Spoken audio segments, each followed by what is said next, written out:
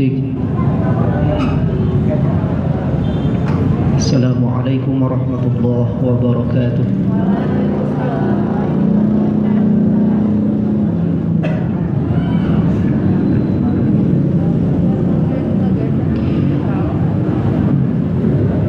A'udzu billahi minasy syaithanir rajim.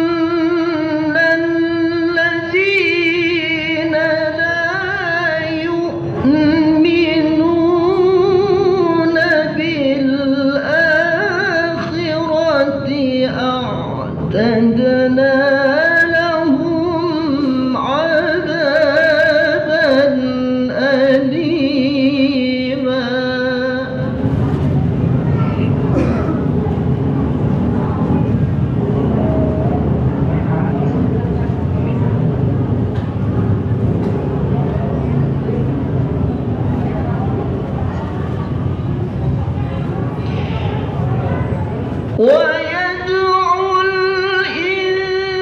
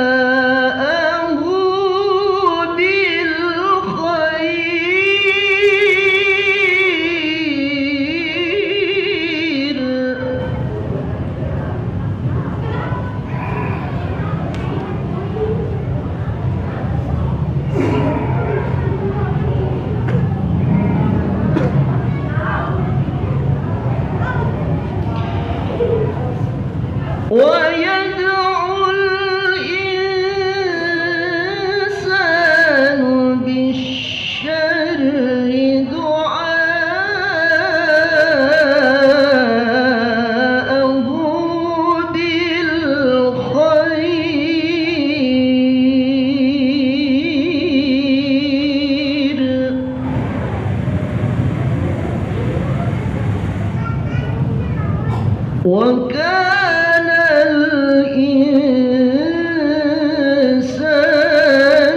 عجولا صدق الله العظيم. السلام عليكم ورحمة الله وبركاته.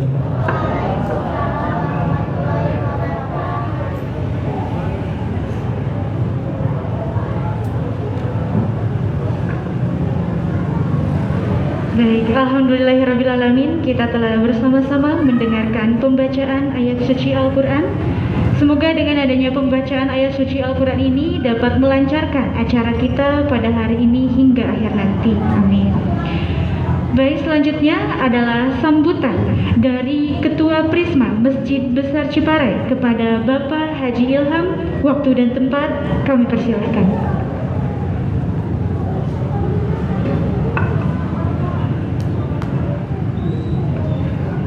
Bismillahirrahmanirrahim. Assalamualaikum warahmatullahi wabarakatuh. Alhamdulillahirabbil alamin. Puji dan syukur kita ucapkan kehadirat Allah Subhanahu wa taala yang masih memberi kesempatan kepada kita untuk bisa berkumpul di sini menghadiri acara tablik akbar di Masjid Besar Ciparai. Yang saya hormati Pak Ustadz Abu Takeru, beliau dari Lembang, alhamdulillah bisa hadir di sini untuk memberikan atau mengisi acara tablik akbar. Mudah-mudahan bisa bermanfaat, bisa menjadi bekal untuk kita, khususnya di bulan Ramadan ini. Yang saya hormati ibu-ibu yang sudah hadir, terima kasih Bu, serta saudara-saudara semua. Tidak lupa pada semua yang hadir dari EKTC Oglek ya. Alhamdulillah, hatur nuhun atas tiasa hadir. Bisa berkumpul di sini, kita menimba ilmu di sini bersama-sama, khususnya untuk menambah ilmu urusan agama. Mudah-mudahan bisa menjadi bekal untuk kita ke depan menjadi lebih baik lagi dan lebih baik lagi. Mungkin sambutan dari saya sekian. Terima kasih yang sebanyak-banyaknya untuk semua yang bisa hadir. Wassalamualaikum warahmatullahi wabarakatuh.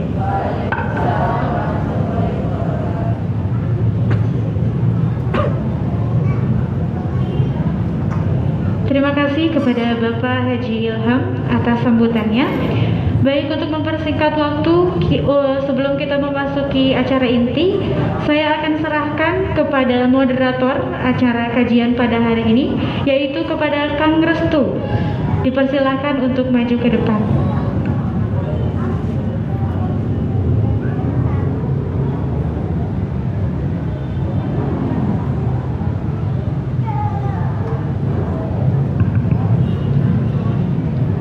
Bismillahirrahmanirrahim. Assalamualaikum warahmatullahi wabarakatuh.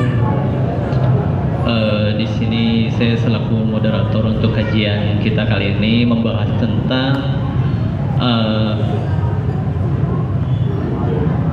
membumikan Al-Quran dalam membangun peradaban Muslim dengan Ustadz yang sudah terkenal, Ustadz Abu Takeru.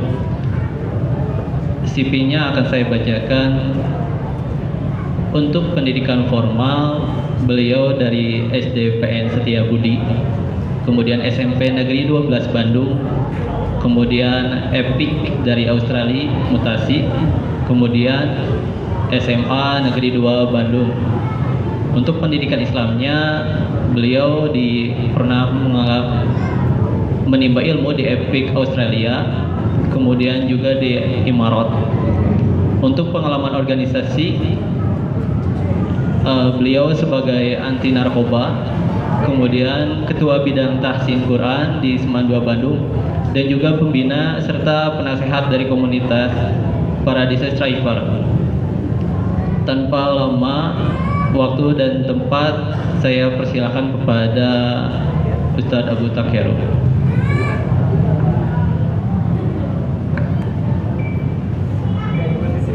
Di sini aja.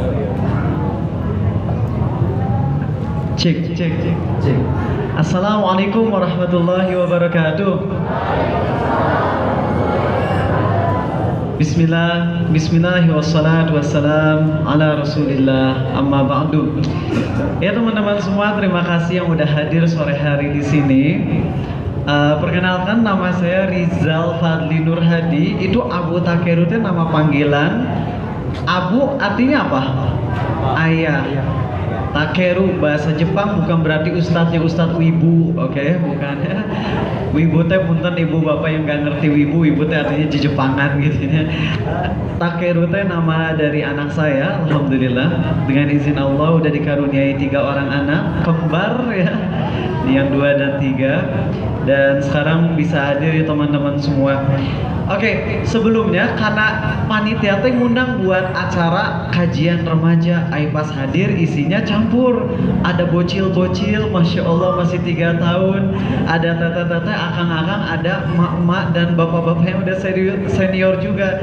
Jadi rada harus mikir ya materinya cocoknya kayak gimana. Saya berusaha insya Allah menyampaikan materi singkat, padat, dan kita akan mulai dulu dengan kisah. Jadi saya tadi kan disebutin pernah ke Australia-nya. Eta bukan bermaksud nyombongin diri ya. Enakan mana Australia, Indonesia? Jelas enakan Indonesia. Kenapa? Karena di Australia teh walaupun enak, musimnya ada 4, anak-anak remaja belum kerja sebulan dikasih duit $400. $400 berapa cing di Indonesia ini? Duka kali 10.000 ya 4 juta kan buat anak remaja belum kerja sebulan dikasih 4 juta. Tapi dan biaya hidup di sana ge mahal. Kangkung seikat ibu, kangkung bisa sampai $5. Jadi kangkung teh 50.000. Kebayang tekor bu, warteg di Australia beli kangkung aja bisa sampai 50.000 satunya. Jadi dari segi makanan di Australia mah nggak ada makanan yang pakai pecin, jadi rasanya hambar gitu. Pokoknya Indonesia lebih enak. Saya mau cerita dulu. Jadi lahir tahun 92, dan rata-rata orang yang lahir tahun 92 teh biasanya seneng banget main yang namanya PS. Tahu PS kan? PlayStation ya teman-teman ya. Dan alhamdulillah terus Allah takdirkan kami sekeluarga ke Australia. Kemudian nyampe di Australia, PS1 saya rusak. Alhamdulillah dengan rusaknya PS1 akhirnya saya bisa hijrah PS2, tapi ya hijrahnya tuh malah ke PS2 gara. Lalu pulang ke Indonesia, dan akhirnya alhamdulillah pas di Australia Allah kasih hidayah bisa dekat sama Islam. Pulang ke Indonesia masuk ke sekolah umum. Saya ingin cerita dulu teman-teman dengan pertemuan saya dengan salah satu anggota geng motor terkenal di Bandung. Masya Allah, akang-akang, apa kabar ya? Akang-akang tahu gak sih? Dulu saya teh anti banget sama geng motor, dalam artian takut. Tapi pas saya ketemu sama salah satu anggota geng motor ini, masya Allah, saya kagum. Jadi ceritanya pulang dari Australia, saya tuh sholat di Masjid Darut Tauhid Agim, tahu kan Masjid Darut Agim? Sholat asar, beres sholat asar, saya tuh kebelet, kayaknya pipis di masjid, di WC-nya, ya. Keluar dari WC masjid, di tempat wudhu ada anggota geng motor terkenal, nggak pakai baju, di bawahnya pakai celana pendek, kayak tatoan gitu. Saya teh ngeliatin, wudhu dia teh, geng motor wudhu gitu kata saya. Saya dulu ngiranya kan anak-anak nakalnya dulu ya, belum tahu teh. Habis itu saya teh deketin dia pakai baju koko, pakai sarung, terus dia teh sholat asar. Ngomong-ngomong sholat asar bacaannya digedein apa dikecilin Kang? Kecilin, bukan dalam hati. Saya masuk ngeliat orang sholat duhur asar teh mulutnya mingkem. You know the meaning of mingkem? Allahu Akbar. Gak sah. kalau sholat teh kudu baca, seluruh ulama mazhab sepakat kalau sholat duhur, asar teh kudu baca, tapi bacaannya berbisik kecil, nggak sampai ngeganggu kanan kiri. Dia sholat asar, eta mah asli sholat asarnya teh Allahu Akbar, bacaannya teh tenang pisan. Terus dia teh ruku tenang, teh itidal, jauh lebih tenang daripada sholat tarawih tercepat sedunia yang viral di mana-mana. Jangan-jangan ini kiainya geng motor gitu ya. Beres sholat, saya deketin dia, Akang ketua geng motor itu, kata saya teh. Terus dia tuh bilang, iya, saya ketua, maaf saya nanya gini, Akang anggota geng motor ini ya? Terus dia tuh bilang, iya, saya ketua geng motor itu daerah Kopo katanya. Wah, gening geng motor teh aya ketuanya nya, siga aya Hokage gitu nya. Dasar Naruto loversnya, tobat yang suka Naruto ya. Terus Akang kenapa pingin tobat? Kelihatan berubah banget. Jadi walaupun bertato kan, yang saya tahu dulunya orang bertato sholatnya nggak sah karena wudhu mandi junub kan nggak kena air. Tapi ternyata saya salah, karena kata para ulama orang yang bertato dan dia tobat itu tato tuh nggak ada masalah, insya Allah sholat tetap sah. Lagian teman-teman maaf ya, kalau orang bertato udah terlanjur bertato terus dihilangin tatonya, gampang apa susah? Sakit nggak? Sakit. Dan maaf banget kalau ibu bapak pernah nonton di YouTube, itu ada orang bertato kacau, itu mah tatoan teh sampai seluruh tubuh, sampai maaf itunya ge ditato etana. Nggak usah disebut, bulan Ramadan harus jaga ucapan ya. Itunya ditato, coba bayangin kalau harus dihilangin tatonya seluruh tubuhnya, bisa hilang masa depan dia gitu ya. Nah, saya tanya, Akang kenapa pengen tobat? Dia ngomong gini, Kang, saya teh ketuanya geng motor itu. Saya udah dimuliakan oleh banyak anggota saya, kata dia. Tapi jujur, hidup saya kerasa sempit. Saya udah banyak dosa. Dulu pernah lagi minum miras, kata dia.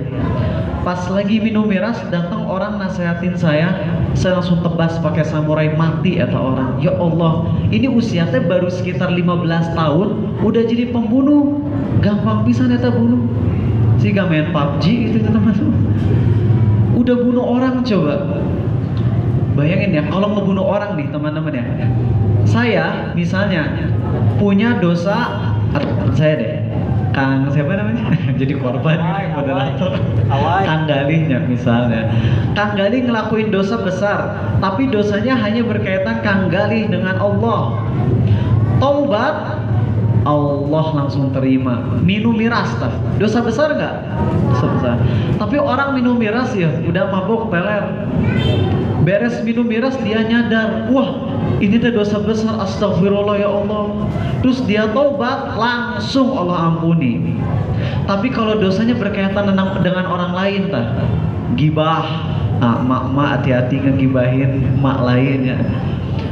Terus nyuri, korupsi, yang paling parah ngebunuh. Kalau tobat ke Allah diampuni gak? Gimana cara tobatnya? Masalahnya kalau ngebunuh teh berarti dosanya udah ketiga. Satu ke Allah, kemudian kedua ke ahli waris.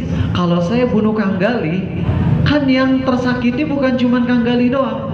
Istri Kang Galih yang pertama, istri kedua, istri kedua. Maksudnya istri Kang Galih, anak-anak Kang Galih, ibunya, bapaknya kan tersakiti juga. Kalau ngebunuh orang teh berarti tobatnya pertama harus ke Allah minta ampun, kedua harus minta maaf ke ahli waris. Gimana cara minta maafnya tuh? Orang kalau udah terlanjur ngebunuh, minta maafnya harus bayar uang diat. Uang diat berapa? 100 ekor unta merah. 1 ekor unta merah harganya 0,5 miliar.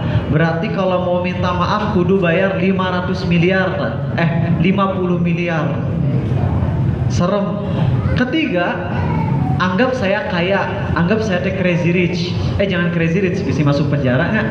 Anggap genius rich. Saya udah tobat minta ampun ke Allah, oke? Saya minta maaf ke ahli waris Kang Galih. ke istrinya, ke anaknya, ke ibu bapaknya udah minta maaf, udah ngasih 100 ekor unta merah, oke. Tapi ketiga, gimana mau minta maaf ke Kang Galinya? Kan udah mati, nggak mungkin datang ke kuburannya, gali hampurannya, cina Kang Gali teh kabur, saya udah mati. Makanya dosa ngebunuh itu dosa terbesar setelah dosa kafir, dosa musyrik. Apa aja dosa musyrik?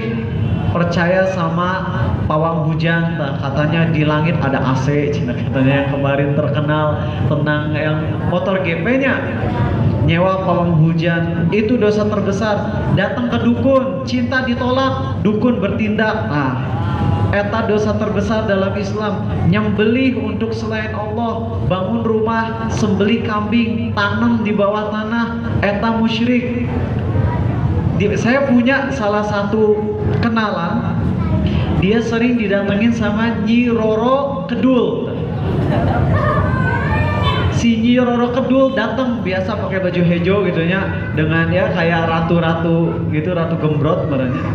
Datang malam hari ditempeleng, itu beneran Nyi Roro Kidul, itu teh jin nyamar jadi Nyi Roro Kidul. Emang jin bisa nampar orang? Bisa.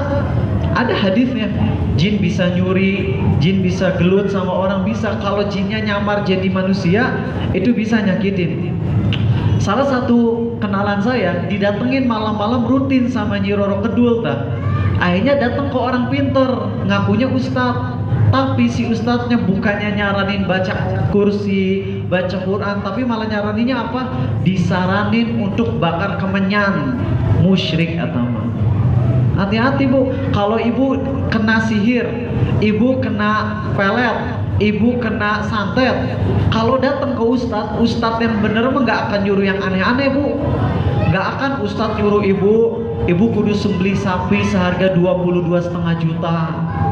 Ustadz lagi nggak punya duit, ya udah diskon, cina kan si ustadz. Ada kan yang masuk penjara tuh ustadznya bu. Jadi kalau ngusir setan teh kudu nyembelih sapi dulu katanya. Nah, kalau kita melakukan dosa kesyirikan, musyrik, itu dosa terbesar. Kedua, dosa terbesar setelah musyrik adalah dosa membunuh. Dan kalau orang membunuh susah tobatnya. Tapi si geng motor tadi walaupun udah jadi assassin, udah jadi pembunuh, tetap dia pengen taubat. Dan saya ingat kisah, masih ingat gak teman-teman hadis yang terkenal, orang udah terlanjur membunuh 99 orang.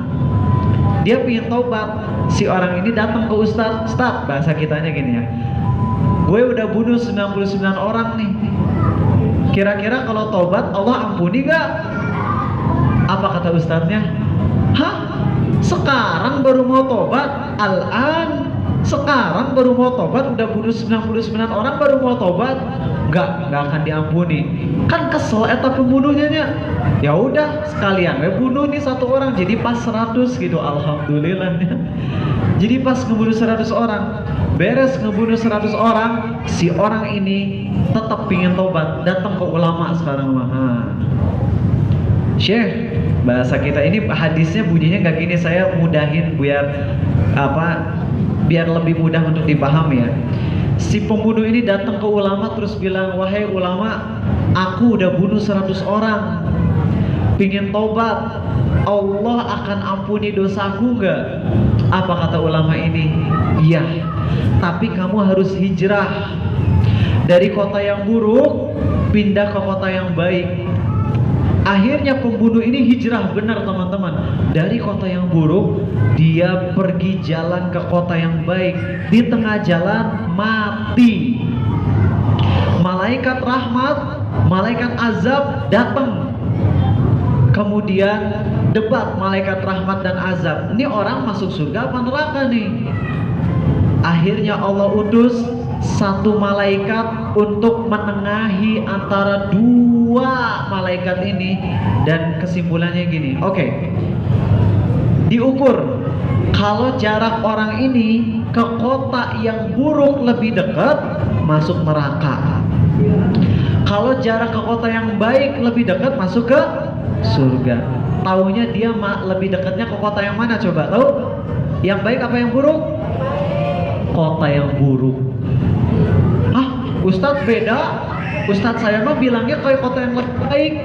Ntar dulu.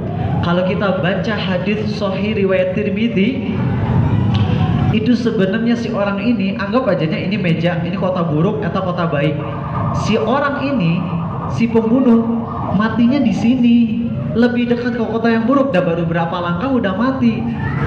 Tapi saking Allah tahu si orang ini ingin taubat, maka Allah perintahkan ke bumi untuk melebar. Ini hadisnya sahih riwayat Tirmidzi. Jadi Allah suruh nih si daratan yang dari sini ke situ yang pendek, kan harusnya masuk neraka, sama Allah disuruh untuk menjauh, sehingga perbedaan dia antara ke kota yang buruk dengan kota yang baik cuman beda sejengkal. Dan dia akhirnya dimasukin ke surga, padahal harusnya dia masuk ke neraka. Tapi begitulah kalau Allah tahu hambanya ingin benar-benar tobat, Allah akan ampuni walaupun dosanya udah dosa yang berkaitan dengan orang lain. Jadi tobatlah pada Allah. Nah, beres dia ngomong gitu, saya udah banyak dosa Kang, tadi baru dari Lembang, daerah saya ya. Dari Lembang, anggota geng motor saya kecelakaan, mati. Saya ngerasa ya Allah, kalau saya mati gimana gitu, nggak dekat sama Allah, hidup ini benar-benar sempit bisa. Janji Allah sok, Akang teteh mangga kalian mau jadi super kaya, mau super ganteng, operasi plastik siga artis-artis Korea misalnya. Baby face, tahu baby face? Wajah babi katanya. Bukan wajah babi, baby face teh wajah bayi, imut. Istilah dari saya mah wajahnya 10 SKPS. Non SKPS, satuan kegantengan per second kuadrat. Wah. Ini orang super ganteng, super kaya, follower banyak, dia punya semuanya tapi nggak dekat sama Allah. Janji Allah apa? Di surat Toha. Makanya kalau baca Quran coba baca sama terjemahannya Hayati. Di surat Toha itu mah powerful pisan. Allah ngasih tahu, "Wa man a'rada 'an dzikri fa inna lahu ma'isyatan dhanka wa nahsyuruhu yawmal qiyamati a'ma qala rabbi lima hasyartani a'ma wa qad kuntu basira." Barang siapa yang berpaling dari Allah, nggak mau ibadah, nggak mau taat, Allah akan jadikan hidupnya sempit. Dan nanti di hari kiamat Allah akan bangkitkan dia dalam kondisi buta. Kemudian dia akan teriak minta, "Ya Allah, kenapa engkau bangkitkan aku dalam kondisi buta, padahal dulu aku bisa lihat." Tah jaminan kalau berpaling dari Allah, Allah bikin hidup sempit walaupun punya duit banyak. "Bu, Pak, punten saya mau gibah." "Hah, Ustadz, gibah haram." Kalem. Ada gibah yang dihalalkan. Masa sih baru tahu Ustaz? Salah satu gibah yang dihalalkan adalah menggibahi pendosa yang terang-terangan. Ada orang mabok sembunyi-sembunyi di kamar, nggak boleh digibahi. Tapi kalau maboknya di pinggir jalan, terang-terangan nggak? Terang-terangan, boleh digibahi. Salah satu gibah yang halal adalah menggibahi pelaku dosa terang-terangan. Ada cewek misalnya joget di depan umum pakai pakaian seksi, eta dosanya terang-terangan, sembunyi-sembunyi terang-terangan. Boleh digibahi? Boleh. Nah, saya mau ngegibahin kakak saya, Bu. Wah, emang kenapa kakaknya Ustaz? Bu, ini mah serem asli kakak saya. Kami ke Australia, pulang dari Australia, kakak saya murtad dari Islam, keluar dari Islam. Bukan cuma keluar dari Islam, apa yang dia lakuin? Dia pernah posting di Facebook pakai bahasa Inggris, "Has anyone of you ever stepped and urinated on their holy book?" "I have," katanya. Nah, nanti dilarang merokok katanya. Salah tuh terjemahan gitu. Pernah nggak kalian nginjek dan ngencingin kitab sucinya? Saya pernah katanya. Astagfirullah. Nginjek ngencingin Quran, Bu, Pak. Kenapa? Dia ngomong gini, dia teh murtad dari Islam, milih agama apa? Dia memilih jadi agnostik. Apa agnostik? Percaya adanya Allah, tapi nggak mau milih agama apapun, pinginnya hidup bebas. Dan dia keyakinannya gini, Allah teh maha agung, saya mah maha kecil. Kalau saya maksiat, Allah mah nggak akan rugi, kata dia. Jadi kan saya kecil nih, saya nginjek Quran, Allah maha agung, ngapain Allah peduli sama saya yang kecil? Katanya gitu Bu. Ya Allah, parah banget asli Bu. Akhirnya dia pingin hidup bebas. Saya nggak mau Islam karena jadi orang Islam mah ribet, ini haram, ini haram, ini haram, ini haram. Akhirnya dia hidup bebas Bu Pak. Kerja gajinya lumayan 20 juta plus, enak, hidupnya bebas. Apa yang terjadi?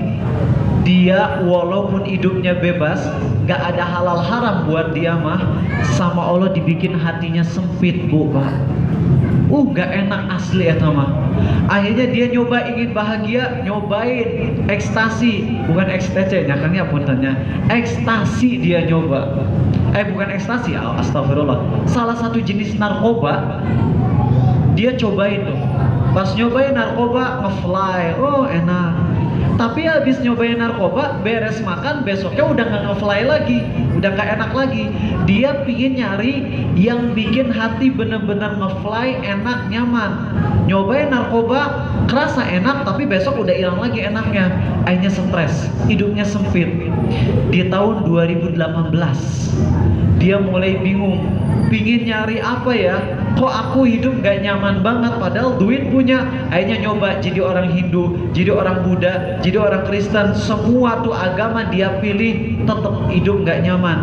Sampai di suatu malam dia nyoba buka Quran, terus dia ngebaca Al-Quran, terutama ayat-ayat yang berkaitan tentang ampunan Allah, kasih sayang Allah. Dia hayati, terus dia nangis. Dan tahun 2019 alhamdulillah masuk Islam lagi. Dan ini yang cerita kakak saya sendiri, jadi bukan gibah. Ini cerita bagaimana kakak saya dulu memilih murtad dari Islam, kemudian dia nggak bisa merasakan kenikmatan hidup kecuali ketika kembali ke Quran, kembali ke agama Allah. Makanya sekarang sok kan teh yang punya kekayaan luar biasa, buat apa sih? Nih Bu Pak, saya mah bukan orang kaya ya, bukan orang kaya banget. Mungkin punya harta berlebih tapi nggak termasuk orang yang crazy rich gitu. Saya pernah nyoba makan di restoran all you can eat. Di sini ada nggak? Restoran all you can eat, jadi bayar 100.000 bebas makan apapun. Saya mah makan restoran all you can eat termahal di Bandung. Sombong enggak Bu, saya cuma pengen ngeliatin ini asli, ini mah kapok saya. Restoran all you can eat seorangnya 300.000. Makan sama istri, oke? Makan.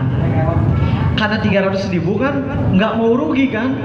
Akhirnya makan sebanyak mungkin. Eta daging sapi, daging ayam, mungkin bebek, angsa dikuali, enggak ada. Pokoknya sapi, ayam, daging cumi, kepiting, semua dicoba Bu. Minum Coca-Cola, Pepsi, Fanta, susu, green tea, dicoba semuanya. Dan gak mau rugi, 300.000 lebar atunya gak dicobain semuanya. Makan setelah makan semua asli eta mah enak Bu. Keluar dari restoran muntah eta mah Bu, di pot tanaman dimuntahin. Terus habis itu gak makan sampai 2 hari Bu. Mual pisan. Lihat kan, dunia terbatas banget. Mau kaya emang bisa dipakai buat beli makanan semua? Kagak bisa. Makanya orang-orang yang hidupnya fokus, saya mah pengen enak di dunia, enak di dunia, enak dunia. Mau apa? Punya duit banyaknya tetap ujung-ujungnya mah jadi maaf, dimakan jadi eta TAI di WC. Mau apa? Makanya target kita bukan dunia, silakan dunia sibuk. Murid saya setahun bisnis dapat 2,7 miliar. Bisnis apa? Jualan mainan anak-anak Rubik. Tahu Rubik kan? Kata 2,7 miliar setahun. Dan dia juga YouTuber, dapat duit dari YouTube 14 juta. Cuman dia nggak mau. Dia nggak mau pakai uang dari YouTube. Kenapa? Kan uang dari YouTube didapat dari iklan. Iklan YouTube kan campur. Ada iklan yang halal, ada iklan yang haram. Iklan pinjaman riba kan haram. Dia nggak mau duitnya dia pakai. Dia nyuruh, Ustaz, duit dari YouTube takut haram, ini saya ke Ustadin tolong bersihkan, kata dia. Kirim dia transfer 40 juta ke saya. Haram uangnya, boro-boro dipakai buat saya, neraka buat saya itu kalau dipakai. 40 juta itu, dia transfer 40 juta, maaf ya. Dia transfer 40 juta dan dia ingin bersihkan. Kalau uang haram gimana cara bersihnya? Cara bersihnya harus dikasihkan ke tempat pembangunan umum. Jalan bolong, tak kasih buat pembangunan jalan. Boleh nggak untuk orang miskin, Ustadz? Ulama beda pendapat. Saran saya mah jangan banyak kayak orang miskin. Bu, punten ini sedekah uang haram, atau sakit hati nih. Jadi mendingan mah kalau ada uang haram udah terlanjur pakai buat pembangunan masjid, pembangunan WC, pembangunan jalan-jalan umum gitu. Nah, itu murid saya kaya raya, 2,7 miliar setahun, berarti sebulannya berapa tak? Sekitar 200 juta lebih. Tapi Masya Allah, uangnya banyak, tujuan dia jadi bisnismen sukses buat apa?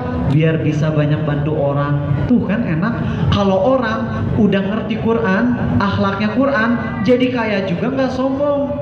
Sekarang sebel tuh kalau melihat orang kaya sombong, sebel nggak Bu? Asli sombong, ih, greget. Di pesantren kilat ada orang kaya Bu, anak-anak orang kayanya manjanya minta ampun, sepatu mahal. Kan jalan namanya juga pesantren kilat di hutannya atau kotornya kena lumpur terus kotor, mau beli yang baru aja katanya. Astagfirullah, eta sepatu jutaan kotor, udah buang aja, pengen beli yang baru. Adik saya punya teman di kelas ngeluh sambil duduk gini ya, duduk sambil ngeliatin handphone, uang saya cuma tinggal 50 juta lagi. Astagfirullah, cuma tinggal 50 juta lagi. Dia sering mabal dari kelas, mabalnya teh kemana? Males belajar, udah langsung beli tiket pesawat ke Jakarta, main ke Dufan sendirian.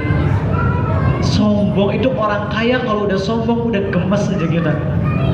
Gak enak. Tapi kalau orang akhlaknya Quran, dikasih kekayaan, wow. Lihat Abdurrahman bin Auf, sahabat Nabi SAW yang dijamin surga, dijamin.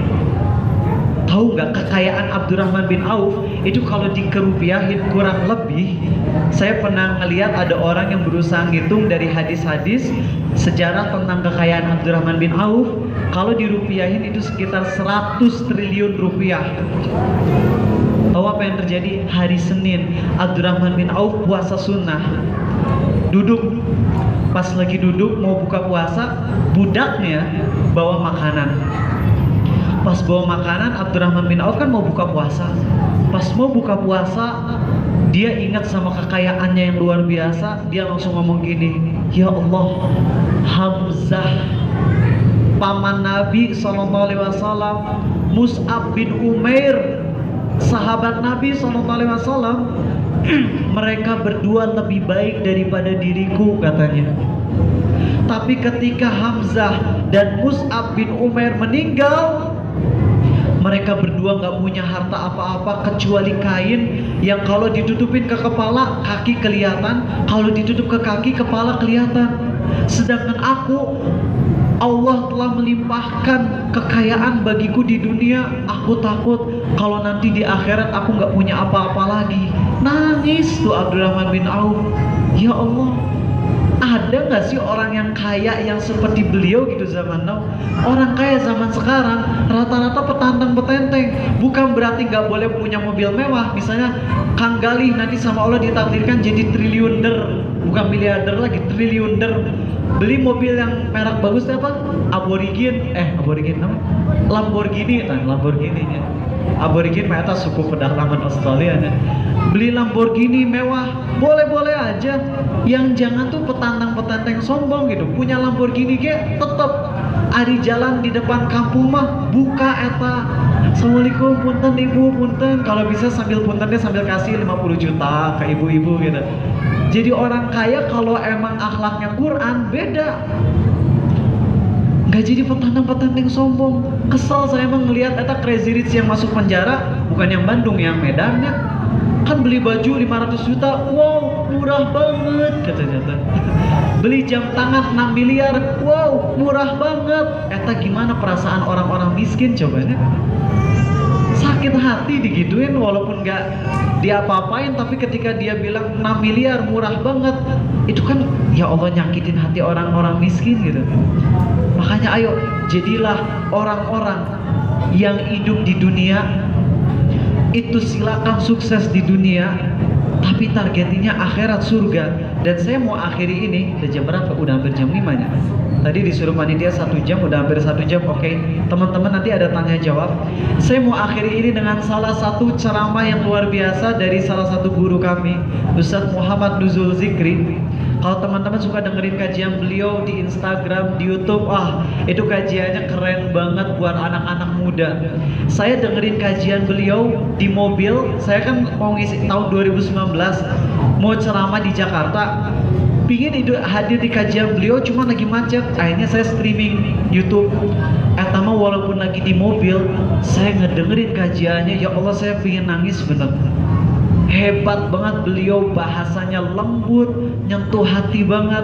Saya mau ngasih tahu ke teman-teman semua nih di sini yang targetnya masih duniawi doang, nggak mau ibadah, lalai dari ibadah. Apa sih yang dicari?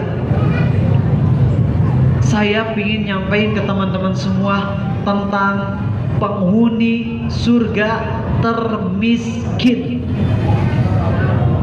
Siapa penghuni surga termiskin? Orang Islam yang paling banyak dosanya. Jadi nggak ada orang Islam yang lebih jelek dari dia, nggak ada. Yang lebih buruk, yang lebih pemaksiat, yang lebih banyak dosanya, nggak ada yang lebih dari dia. Dia orang Islam yang paling besar dosanya di mata Allah, dan dia adalah orang Islam yang paling terakhir keluar dari neraka dan paling terakhir masuk surga. Emang orang Islam masuk neraka, Ustadz? Iya. Ulama sepakat bahwasanya orang Islam yang mati dalam kondisi Islam, ulama sepakat pasti masuk surga, jamin ya teman. Cuman orang Islam belum tentu langsung masuk surga. Ada yang harus masuk neraka dulu karena dosa-dosa besarnya. Jadi kalau kita Islam mati bawa dosa, bawa pahala, nanti ditimbang dulu. Kalau pahalanya lebih banyak dari dosanya, langsung masuk surga. Kang siapa Kang siapa namanya tadi? Adi ya? Adi. Raihan. Raihan misalnya mati punya dosa 1 miliar. Oh, berdosa banget lo durhakanya. Contohnya. Kang Raihan punya dosa 1 miliar, tapi punya pahala 1 miliar lebih 1. Cuman beda 1. Di akhirat dijamin gak akan masuk neraka. Ini saya nggak ngerti, ada ustadz yang salah ngomong nih. Ustadz ngomong gini, kalau orang Islam mati bawa dosa kudu dibakar dulu di neraka baru masuk surga. Salah. Kalau orang Islam mati bawa dosa ditimbang dulu pakai mizan raksasa. Kalau setelah ditimbang pahalanya lebih berat daripada dosanya, gak akan disiksa, pasti langsung masuk surga. Kan apal ayatnya surah Al-Qari'ah, fa amma man thaqulat mawazinuh, lanjut, fa huwa fi 'isyatir radiyah. Apal kunaon eta ustaz bilang kalau orang Islam mati bawa dosa kudu di neraka dulu. Salah tuh ustaz. Kalau orang Islam mati bawa dosa walaupun dosa besar ditimbang dulu. Kalau pahalanya lebih berat walaupun cuma beda 1, ulama sepakat dia akan langsung masuk surga tanpa disiksa sedikit pun di neraka.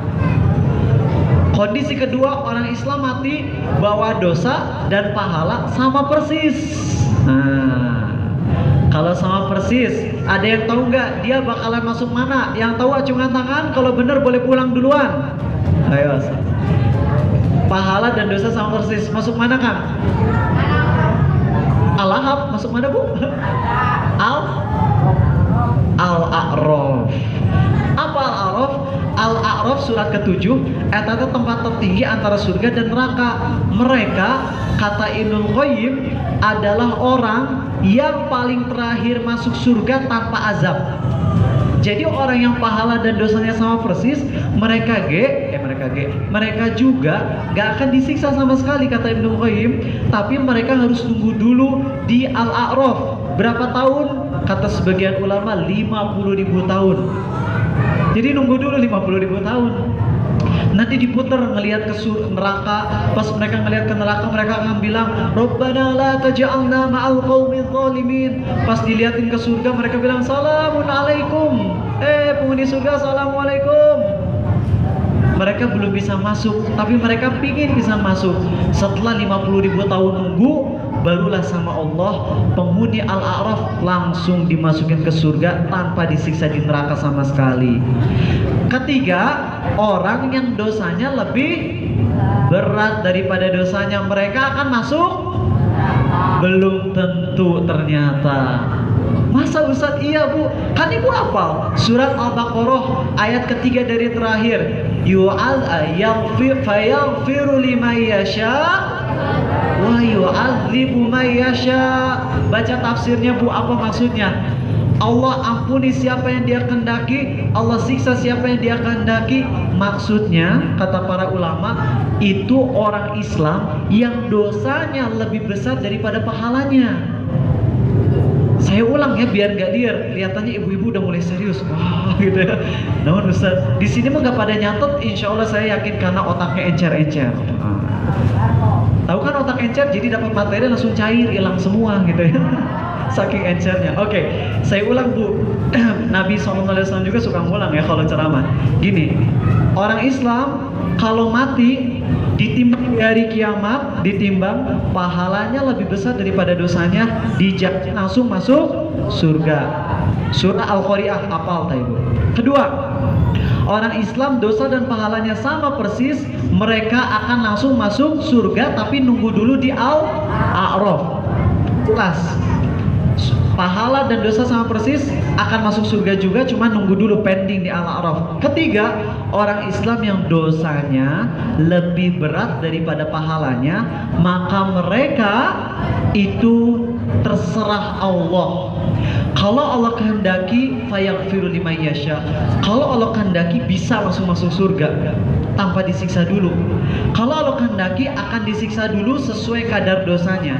Makanya kenapa Bu kalau ada orang Islam mati, walaupun matinya lagi zina ya, ada pemuda lagi zina mati, nggak boleh kita bilang, jahanam siah. Nggak boleh. Kenapa? Karena selama mati dalam kondisi Islam, walaupun matinya dalam kondisi maksiat, Allah bisa ampuni dia langsung tanpa disiksa di neraka. Hati-hati, makanya nggak boleh kita kalau ngelihat orang dosa, kita paling bolehnya nasehatin, Kang, punten tong mabok, dosa besar. Jangan ya Kang, tobat. Mantap kalau gitu. Tapi kalau orang mabok langsung dibilangin jahanam sih ya, puas di jahanam. Nggak boleh. Karena kalau kita ngomong kayak gitu, apalagi memvonis neraka jahanam ke orang Islam yang masih hidup, atau orang Islam yang udah mati, kita vonis jahanam, hati-hati. Bisa jadi malah kita yang masuk neraka jahanam. Kita bolehnya memvonis jahanam kalau ke orang yang udah mati dalam kondisi kafir, baru vonis jahanam, jelas eta mah dari Allah.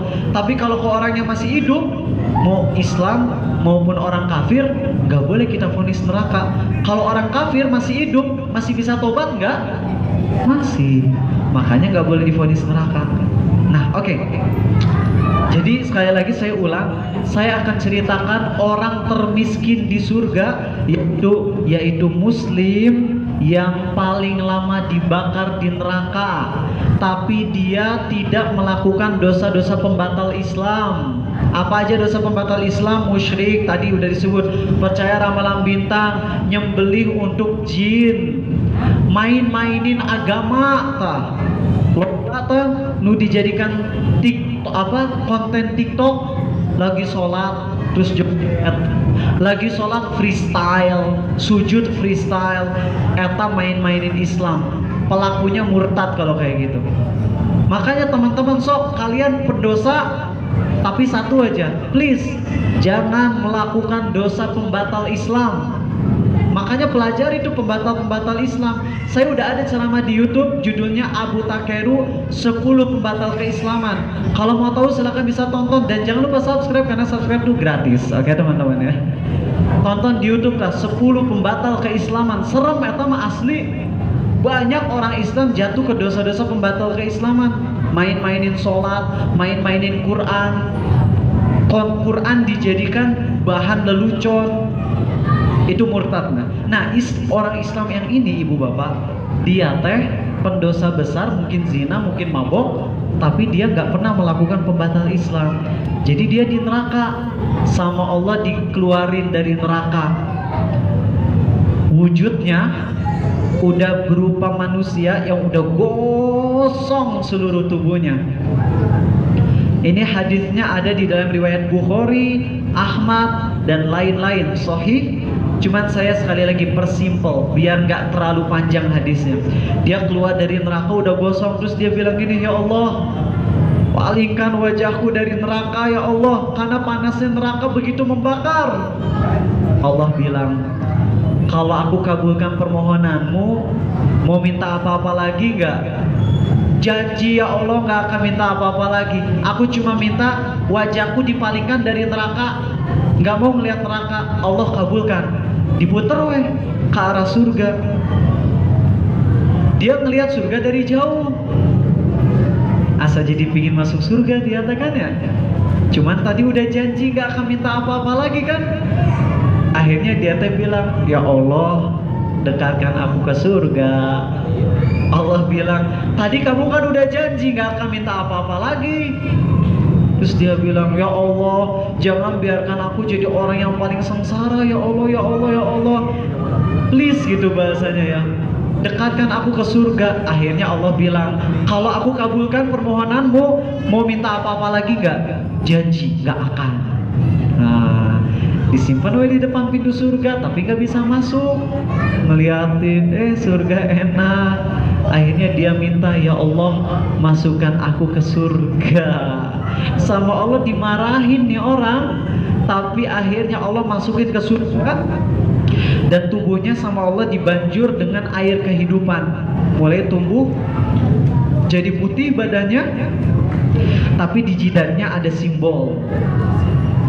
Orang yang pernah dibakar di neraka terus masuk surga, di jidatnya nanti ada simbol namanya Jahannamiyun, orang yang pernah dibakar di neraka. Bukan bekas sujud ya, hati-hati ya. Ada ibu-ibu, bapak-bapak rajin sujud, hitam langsung kata ibu-ibu teh, Bapak Jahannamiyun. Enggak.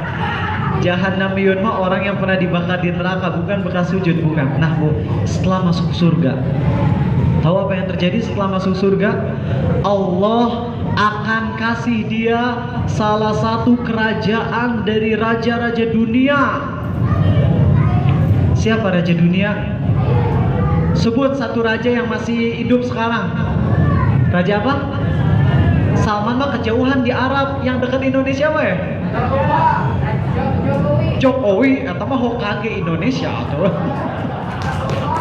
Pak Jokowi mah presiden, bukan raja. Oke. Raja Brunei, sip Kang, mantap. Raja Brunei Darussalam, dekat Kalimantan tanya. Mau tahu kekayaannya berapa hiyo? Raja Brunei Darussalam, duitnya 20 miliar dolar Amerika. Kita mah 20 miliar rupiah aja belum punya, ini mah udah 20 miliar dolar Amerika. Rumah, nah di sini yang kaya-kaya ya. Berapa sih rumah kalian? Kamarnya berapa? Raja Brunei Darussalam kamar rumahnya 1788 kamar. Punya pesawat pribadi Boeing 747 strip 400 berlapis emas di wastafel dan safety beltnya. Harganya 400 juta dolar Amerika. Beliau punya mobil. Ibu bapak di sini mobilnya apa aja? Kalau beliau, nih mobilnya bu, saya sampai catat nih mobilnya. Nggak ada kerjaan banget saya. Beliau punya mobil merek Bradley 382 unit, Rolls Royce 604 unit, Mercedes Benz 574 unit, Ferrari 452 biji, BMW 209, Lamborghini 21 biji, Aston Martin 11, SSV 1, Koenigsegg 134. Tukang cukur apa? Badi diical. Ngapain dijual juga, udah kekayaan bu. Dan dia tukang cukur rambut. Kan di sini daerah Ciparai cukur rambut berapa kan harga? 13, 15. Nggak beda jauh bu, ternyata Raja Brunei Darussalam sekali cukur $20.000.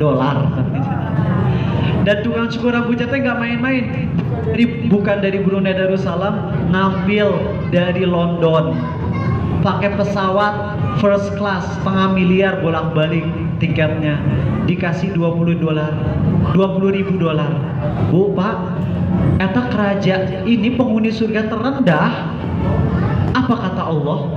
Maukah engkau aku beri salah satu dari kerajaan dunia? Maulah. Kerajaan dunia tadi kita sebut Raja Brunei Darussalam, kekayaannya udah sebanyak itu. Tah, penghuni surga paling miskin akan dikasih kerajaan tersebut. Enak nggak bu? Sampai situ? Oh enggak bu.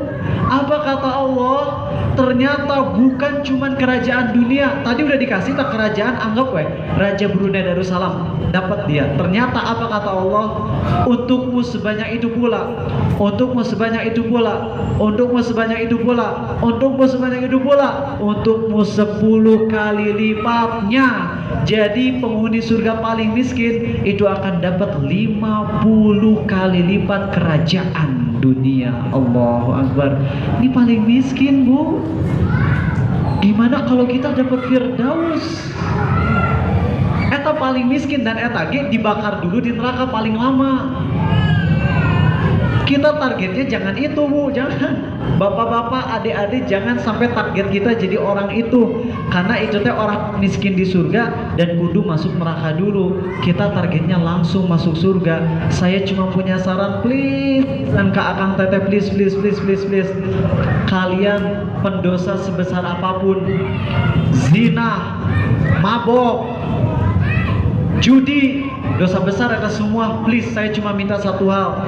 Jangan pernah ninggalin sholat.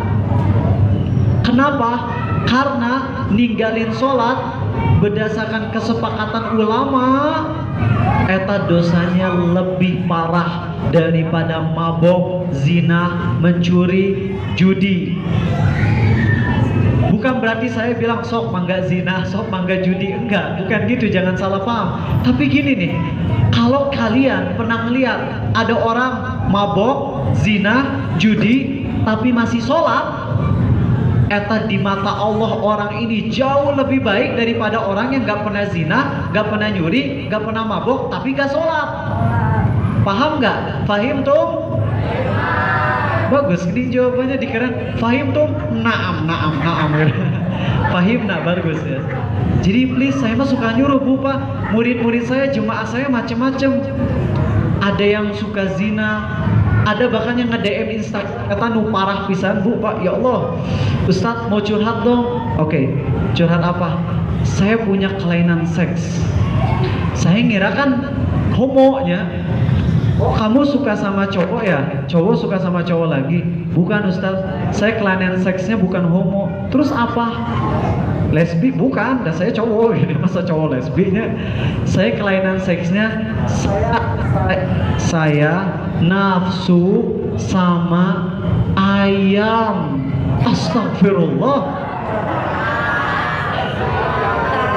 Kan saya bilang Saya juga nafsu ayam, Kang. Punten. Saya kalau bulan Ramadan menjelang buka puasa ngelihat ayam crispy ya nafsu gitu ya. Cuman dia bilang saya nafsunya nafsu berhubungan badan sama ayam. Innalillahi wa inna ilaihi rajiun. Tak eta dalam istilah psikologi namanya bestiality. Bestiality, nafsuan sama binatang, bukan nafsuan sama besti, bukan. Bestiality itu nafsu sama binatang. Apa kata saya? Kang, bro, please, sholat yang 5 waktu sok. Udah, alhamdulillah Ustaz. Ngerti gak bacaan sholat? Enggak ngerti. Nah, sok please baca Quran, apalin bacaan sholat sama terjemahannya. Terus kalau lagi sholat coba yang khusyuk, hayati. Allah akan tolong untuk taubat pasti. Dia akhirnya ngamalin, dia sholat 5 waktu, dia ngerti yang dibaca. Kemudian 2 minggu kemudian dia DM, Ustadz, alhamdulillah saya udah taubat dan bisa berhenti dari dosa itu. Makasih Ustadz udah nyaranin saya untuk sholat dengan khusyuk. Karena Allah janji, inna sholata tanha anil fahsya'i wal. Orang yang sholatnya baik akan terhalang dari perbuatan keji dan mungkar, itu dijamin. Dan saya ngeliat teman SMA saya geng motor bu, dan suka zina, tapi dia teh masih sholat yang 5 waktu asli etama. Pas saya duduk sama dia pezina, mampir dia cerita tadi malam baru zina, cerita teman-teman udah pada tahu, cuman dia teh masih sholat yang 5 waktu. Saya duduk sama dia, bro, ingat sama dosa, takut gini. Dia nangis.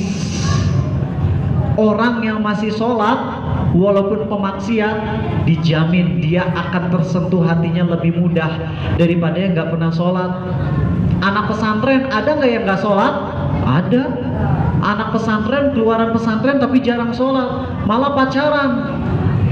Ketika diingetin, oi anak pesantren nah pacaran, ngeles. Oh, saya mah gak pacaran, saya mah lagi berjuang mendakwahi ukhti, katanya. Allah, dakwahi ukhti.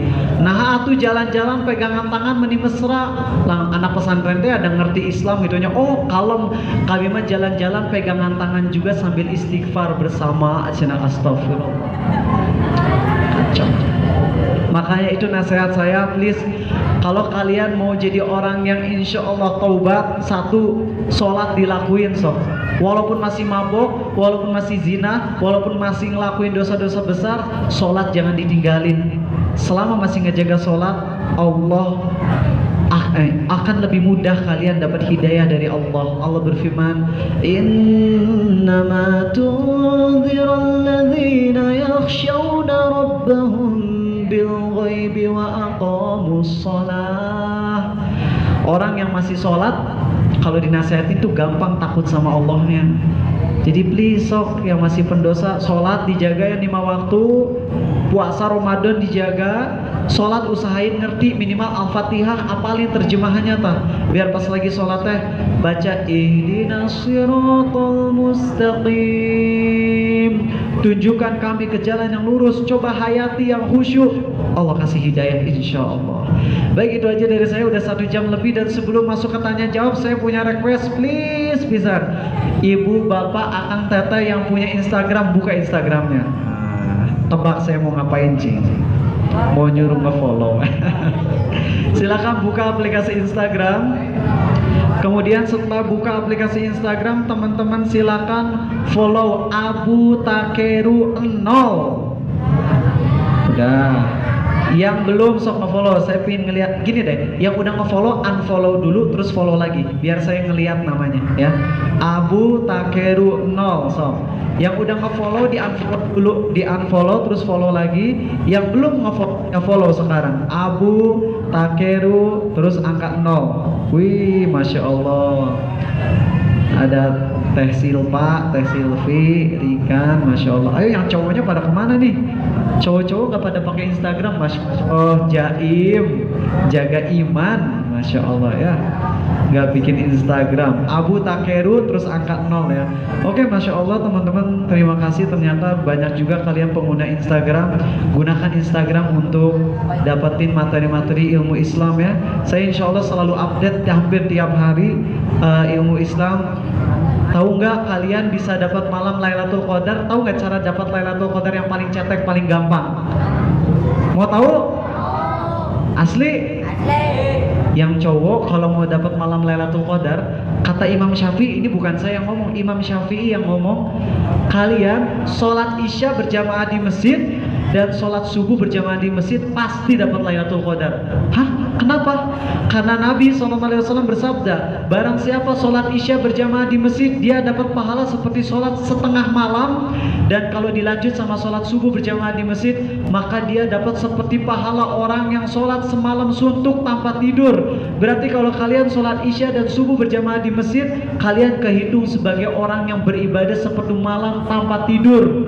Jadi kalau kalian malam ini, misalnya malam ke-23, kalian sholat Isya berjamaah di masjid, sholat subuh berjamaah di masjid, ternyata pas malam Lailatul Qadar, berarti kalian kehitung orang yang beribadah sepenuh malam walaupun kalian tidur. Walaupun gak itikaf, walaupun tidur, kalian dapat pahala Lailatul Qadar. Kata siapa? Imam Syafi'i, ulama besar. Atau kalau ibu-ibu gak bisa itikaf, dah kudu masak sahur. Mau gak bu? Lailatul Qadar mau? Baca Al-Fatihah dan surat Al-Waqiah, dapat Lailatul Qadar. Oh Ustadz, di mana dalilnya? Oh, Nabi SAW bersabda, barang siapa membaca 100 ayat di malam hari, maka dia terhitung seperti orang yang sholat, seperti orang yang beribadah sepenuh malam tanpa tidur. Dan Al-Fatihah 7 ayat, Al-Waqiah 90. Berapa ayat? Cek dulu, cek. Al-Waqiah ada 90. Bukan. 96 ayat. Berarti 96 tambah 7 104 ayat. Udah lebih dari 100 ayat bu. Jadi kalau ibu mau dapat Lailatul Qadar walaupun gak bisa itikaf, minimal tiap malam baca Al-Fatihah dan Al-Waqiah, itu total udah 104 ayat. Sekali lagi, hadisnya sahih. Nabi SAW bersabda, barang siapa yang membaca di malam hari 100 ayat, dia dapat seperti sholat, seperti pahala orang beribadah semalam suntuk. Dan kata Imam Syafi'i, orang yang terhitung ibadah semalam suntuk itu dapat malam Lailatul Qadar. Salah satu caranya ya tadi, sholat Isya dan subuh berjamaah di masjid bagi laki-laki. Kalau buat perempuan dan laki-laki bisa baca Al-Waqiah di rumah habis maghrib baca Al-Waqiah, Al-Fatihah, jamin Lailatul Qadar pasti dapat. Walaupun gak itikaf, walaupun ibu bapak lagi sakit di rumah. Itu aja dari saya. Terima kasih. Saya tanya jawab dulu. Kalau masih ada, kalau nggak ada saya izin pamit. Mau pulang ke Lembang jauhnya bu ya. Oke, silakan. Ada tanya jawab? Ada barangkali? Oke, langsung aja biar cepat. 5 menit buat tanya jawab. Yang mau nanya acungkan tangan, silakan. Masya Allah. Ini dari yang seniornya. Bapak senior, ibu senior, pas di ujung-ujung pak. Masya Allah. Silakan ibu dulu.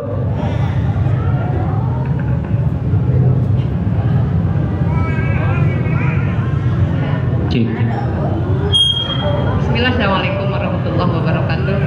Waalaikumsalam warahmatullahi wabarakatuh. Silakan Ibu Ai. Ibu Ai. Mau bertanya. Maaf mungkin tahu itu nyambung ke materi atau apa. Enggak apa-apa. Mungkin ini kebutuhan ntar malam insya Allah kita melaksanakan itikaf ya. Semoga mendapatkan Lailatul Qadar juga ya. Mohon apa aja ilmu-ilmu pembekalannya itu, apa kita bersikap seperti apa, terus apa zikir kita. Terus ada juga sebagian yang melaksanakan sholat tasbih, sementara ibu sendiri nggak, makanya kalau sholat tasbih lebih mencari mana yang lebih dalilnya yang sahih gitu ya. Oke, bagus. Mungkin. Masya Allah. Terima Baik. kasih mungkin bimbingan dan nasihatnya. Sama-sama, Ibu Ai. Assalamualaikum warahmatullahi wabarakatuh. Waalaikumsalam warahmatullahi wabarakatuh. Semoga Allah jaga ibu dan kaum muslimin semua di atas kebaikan ya, insya Allah. Sholat tasbih, ulama beda pendapat apakah sahih atau tidak. tidak hadisnya ya Bu ya. Kalau Syekh Muhammad Nasruddin Albani, beliau termasuk yang mensahihkan hadis sholat tasbih. Kalau saya pribadi emang nggak menerapkan sholat tasbih karena panjang banget juga ya Bu ya. Jadi saya nggak sholat tasbih, tapi cara itikaf yang baik, pertama yang paling penting Bu, kalau Lailatul Qadar yang paling penting ada dua. Satu, banyak-banyak minta ampun ke Allah dari dosa. Dua, jangan dosa. Jadi kita di 10 malam terakhir yang gak bisa itikaf, gak apa-apa, tapi jangan malah jadi nonton drakor. Jangan jadi malah maksiat. Kenapa? Karena kalau kita maksiat dan bertepatan dengan Lailatul Qadar, dosanya dikali lipatin. Nauzubillah. Saya mah suka saranin ke murid-murid saya, bro, kalau kamu habis sholat maghrib, buka puasa, sholat isya, kalau nggak mau itikaf, tidur. Lebih aman daripada bangun begadang terus maksiat. Ibu-ibu habis sholat isya chattingan WhatsApp sama emak-emak lain, gibah. Wah, dosa gibah Lailatul Qadar, gak ngebayang dosanya Bu. Jadi yang paling penting dalam Lailatul Qadar, satu adalah taubat, banyakin doa minta ampun, karena itulah saran Nabi SAW kepada Aisyah ya Bu ya. Padahal kan ibadah banyak, sholat, baca Quran, tapi kenapa justru yang disarankan kepada Aisyah adalah baca doa minta maaf? Karena kata para ulama, ampunan dan maaf dari Allah itu jauh lebih besar daripada amal soleh kita Bu. Jadi kita udah ibadah semampunya, habis itu coba fokusin, ingat sama dosa dan maksiat masa lalu. Kalau pernah ninggalin sholat, pernah bohong, pernah dusta, pernah mencuri, tobatin semuanya. Dan juga kita benar-benar sungguh-sungguh minta maaf ke Allah. Itu Lailatul Qadar itu pasti dapat Bu, pasti. Itu yang paling penting ya Bu ya. Ketimbang banyak sholat, mending banyakin minta ampun. Tapi kan kalau minta ampun kadang bisa kesentuh, kadang bisa nangis, kadang nggak bisa nangis juga ya Bu ya. Maka gini, kalau hati kita lagi khusyuk, minta ampunnya bisa kena, banyakin minta ampun. Kalau minta ampun tapi udah nggak kerasa lagi khusyuk, ganti ibadah. Misalnya baca Quran, sholat, zikir. Habis itu nyobain minta ampun lagi, bisa kesentuh lagi, banyakin minta ampun lagi. Pas udah hati kurang bisa kesentuh, banyakin ibadah yang lain, baca Quran. Gitu aja Bu. Jadi pindah-pindah. Tapi yang paling diusahain minta ampunnya itu Bu. Oke. Baik Bapak, pertanyaan terakhir, saya udah soal Bapak. Assalamualaikum warahmatullahi wabarakatuh. Waalaikumsalam. Ini pertanyaan saya pernah melihat Pak Ustadz dari Ginanjar yang menyebutkan bahwa pada tahun 2000 sekian Indonesia akan mengalami masa emas golden age, karena melihat potensi remaja itu sangat banyak dibanding negara yang lain. Pertanyaan saya, bagaimana potensi remaja yang begini banyak gitu di Indonesia ini memang bisa menjadikan Indonesia menjadi golden age di masa yang akan datang. Terima kasih Ustaz. Terima kasih. Jazakallahu khairan wa barakallahu fiik. Wa iyyakum. Assalamualaikum warahmatullahi wabarakatuh. Waalaikumsalam warahmatullahi wabarakatuh. Imam Malik berkata, umat ini tidak akan menjadi baik kecuali dengan cara yang dilakukan oleh umat terbaik kita. Kurang lebih gitu maknanya. Jadi gini Pak, kita nggak bisa bilang, wah kita ini golden age, kita jadi pemuda-pemudi negeri yang terbaik. Kita nggak bisa sebelum kita kembali mengikuti ajaran sahabatnya Nabi SAW. Di antara ajaran sahabat Nabi SAW tentunya ngejaga sholat, ngejaga puasa, ngejaga tauhid, menjauhi kemusyrikan. Kalau sekarang pemuda-pemudi di Indonesianya masih banyak yang nggak sholat, masih percaya ramalan bintang, itu mah jelas nggak akan bisa jadi golden age Pak. Jadi golden age itu harus balik kepada generasi salaf, generasi terbaik Islam. Kalau kita udah kembali ke generasi salafus sholih, apa salafus sholih? Artinya generasi nomor 1, yaitu Nabi SAW dan para sahabatnya. Kalau udah ngikutin cara ibadah, ngikutin akidah, ngikutin akhlak mereka, pasti itu jadi golden age. Kalau sekarang saya melihatnya gimana? Ya lihat aja Pak, remajanya pada sholat 5 waktu nggak? Silakan bisa nilai sendiri. Kalau udah sholat yang 5 waktu gimana Ustadz? Kita lihat akidahnya gimana, ajaran agamanya lurus atau enggak. Sekarang ada orang yang sholat 5 waktu tapi meyakini semua agama benar. Kafir atau mah murtadnya punya. Sayangnya banyak Bu pemuda-pemudi rajin sholat tapi bilang gak harus Islam untuk masuk surga. Nah banyak banget. Eta padahal di Quran inna dina indallahil Islam. Aneh saya mah kalau ada orang rajin ibadah tapi akidahnya rusak, bilang saya Islam sih tapi nggak apa-apa, agama lain juga bisa masuk surga. Eta udah menentang firman Allah di surah Ali Imran. Ya, jadi sekali lagi kalau mau kembali ke zaman keemasan, para pemuda-pemudinya harus dididik, akidahnya kudu benar, nggak boleh melakukan pembatal keislaman, sholat kudu 5 waktu, usahakan di masjid, puasa Ramadan dijaga, baru itu pemuda kayak yang emas ya. Walaupun masih punya dosa yang lain seperti pacaran dan sebagainya, tapi kalau akidah udah benar, dosa-dosa yang lain tuh derajatnya lebih rendah gitu Pak, maksudnya lebih kecil dibandingkan dengan orang-orang yang akidahnya rusak gitu. Saya mah serem sama akidah yang rusak. Ibu bapak punten misalnya nggak bisa lanjut, yang punya ada yang pingin nanya, cuman sayanya udah satu. Oke deh saudara. Dari Bang Ektas XTC ya Mas. Mohon Pak, ya perwakilannya Masya Allah. di Silakan. XTC Oglek Ciparai. Ya. Nami abdi dadan silet Pak. Dan silat. Ya, tapi silet oke baik hati gitu nya. Masya Allah. Silatnya tumpul jadi getek gitu Ya, nah gitu Pak. Bade naros kan Pak. Mangga. Abdi teh tapas pertama 2 kali saung. Tah, hilap Pak abdi teh pas bangun tidur nyelebak kanu sabu gitu Pak. Langsung tapi teu emut kan caur si mama. Nah, senamana itu puasa. Pas dipikir-pikir, nya saji saum eta teh, kita teh Pak kena diteraskeun. Atanapi ieu apek teh sorena teh tidur. Makan deui abdi teh lupa deui. Aduh, ya ampun jauh eta. Abdi teh karek 22 tahun mah nya, Pak. Kok ieu hilapan loba dosa eta ya. Kudu tobat. Teras Pak anu kaduana nya biar pamangnya. Tah, abdi teh tidur tengah malam. Teras ngimpi Pak. Ngimpi si taeun ngimpi eta apa namanya banyak. Jeung si kulana heuh. Nya ngimpi jo baseuh we lah intina namanya banyak. Tah, abdi teh langsung sahur Pak. Tah, atanapi abdi teh kena ibak heula, atanapi sahur heula. Masya Allah. Pertanyaannya dua-duanya bagus banget dan dua-duanya sebenarnya udah jadi salah satu postingan viral saya di TikTok, udah Ya, ditonton sampai gitu, jutaan Pak. orang. Saya Abdi mau mah, jawab. Insya Allah abdi mah bermanfaat wae ya napa pertanyaan oge meskipun bari heureuy tapi Insya Allah. naon eta teh good job. Nah. Dah segitu Pak nya.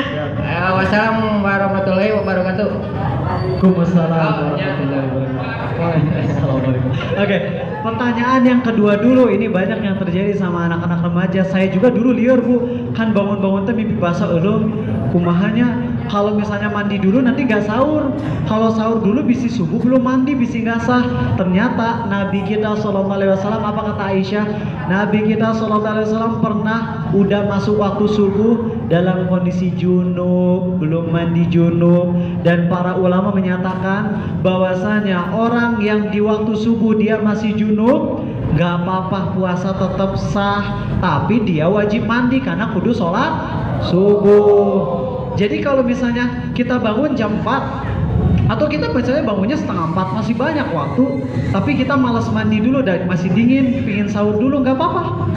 Mau kita bangunnya awal, mau kita bangunnya telat, pas udah injury time ya, 15 menit lagi mau subuh, nggak apa-apa, makan dulu aja, kalem. Tapi makan kudu berhenti sebelum azan subuh. Habis itu baru mandi. Walaupun mandinya setelah masuk azan subuh, jelas puasa tetap sah. Paham ya Kang ya? Oke. Kedua, masalah makan dan minum gak sengaja. Orang yang makan dan minum gak sengaja, dia gak batal. Tapi kalau dia udah ingat pas lagi makan di mulut, inget, eta nggak boleh ditelan. Kalau ditelan berarti batal. Jadi kalau udah makan pas inget itu langsung harus dikeluarin yang di mulut. Kalau yang udah di dalam perut jangan dimuntahin, jangan, udah biarin, alhamdulillah gitu deh. Ustaz kumaha mun seret atau udah makan satu bakul pas mau minum inget astagfirullah lagi puasa gitu deh. Nggak boleh minum. Waduh Ustaz, kalau mau mati gimana? Nah kalau emang mau mati, misalnya udah makan banyak, udah seret, kalau nggak minum mati, kalau minum batal puasa. Minum eta mah. batal puasa, batal.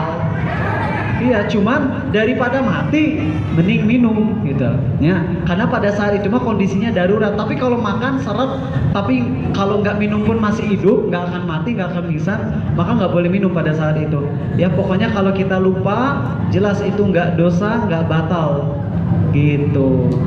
Ngertos kan? Alhamdulillah. Saumnya dilanjut sampai buka puasa dan nggak perlu dikodok, nggak usah diganti puasanya, dan nggak batal gitu ya.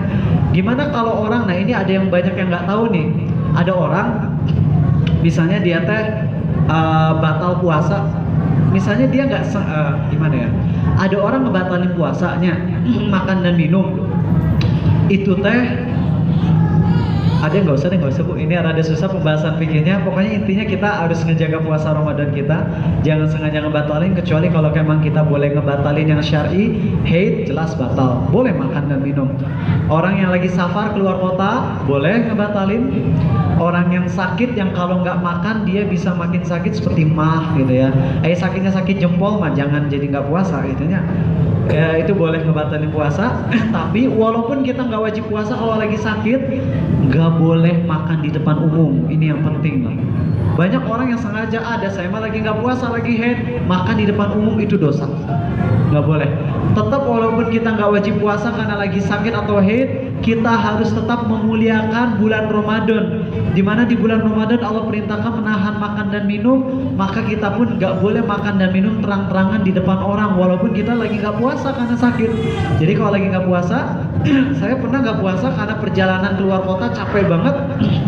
Ke Alfamart, saya beli minum, saya bilang, Kang, punten izin nyumputnya, mau minum. Saya nyumput dulu, gelegek-gelegek, kayak CCTV, ya nggak apa-apa itu ya. Dia udah izin, udah tahu kalau saya emang lagi nggak puasa. Jangan sengaja terang-terangan, apalagi diposting di TikTok gitu, gelegek-gelegek, nggak godin. Setelah viral, baru di bawah klarifikasi, saya emang nggak puasa karena lagi sakit. Tong gitu. Kalau emang mau ngeposting, postingnya pas malam, pakai caption, saya nggak puasa karena lagi sakit. Buat teman-teman yang lagi sakit kayak saya, semoga Allah cepat sembuhkan. Jangan lupa nanti kodok ya, setelah bulan Ramadan ganti puasanya gitu. Paling kalau mau posting, jangan ngeposting tanpa caption, orang jadi suuzon kalau kayak gitu. Oke? Itu aja dari saya. Terima kasih. Subhanakallahumma wa bihamdik, asyhadu an la ilaha illa anta, astaghfiruka wa atubu ilaik. Assalamualaikum warahmatullahi wabarakatuh.